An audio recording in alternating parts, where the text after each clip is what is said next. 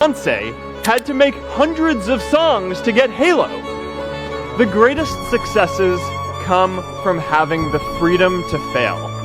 তবে বোঝ, আমাদের এখানে উপদেশ কি দেওয়া হয় যে বাবু জীবনে আর যাই করিস ফেলিয়ার হবি না, পড়াশোনাতে ফেলিয়ার হবি না, বিজনেস করছিস ফেলিয়ার হবি না, এটা করছিস ফেলিয়ার হবি না। কিন্তু বিলিনিয়ারদের উপদেশ এর পুরো উল্টোটা, যে তুই তখনই সফলতা পাবি যখন তুই জীবনে ব্যর্থ হবি, কারণ ব্যর্থ হচ্ছে তোর জীবনের সফলতার প্রথম ধাপ। একটা মানুষ অন্য মানুষের ভুল দেখলো এবং সেটা নিয়ে হাসাহাসি করলো, অন্যদিকে একটা মানুষের ভুল দেখলো এবং সেটা থেকে কিছু শেখার চেষ্টা করলো। রেগুলার এই ভুলটাই আমাদের জীবন থেকে অ্যাভয়েড করতে হবে। এখান থেকে যে শিখলো সে জীবনে উন্নতি করলো, আর যে হাসলো সে উইক হয়ে গেল। এখানে দুজনাই একই জিনিস দেখলো, মানুষের ব্যর্থতা, কিন্তু তফাৎটা কোথায় বলতো? তফাৎটা হচ্ছে মাইন্ডসেটে।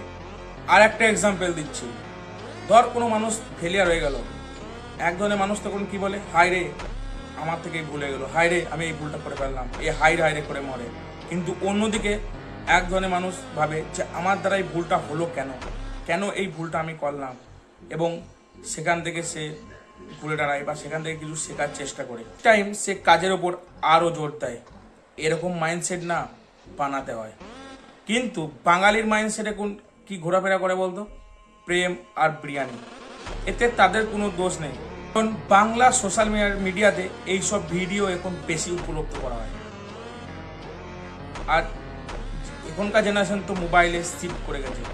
এইসব বিরিয়ানি আর প্রেম দেখে যারা এখন বড় হচ্ছে, যখন লাইফে বড় হবে এবং কোনো কিছু করার চেষ্টা করবে, তখন তারা ফেলিয়ার হবে। ফেলিয়ার হওয়াটা কোনো বড় কথা নয়, এখান থেকেই কাম ব্যাক করতে হবে, মাইন্ডসেট চেঞ্জ করতে হবে।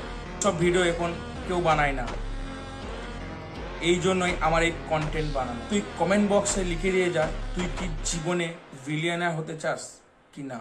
ভিডিওটা যদি ভালো লাগে তো সাথে সাথে ফলো করে নে এবং শেয়ার করে দে।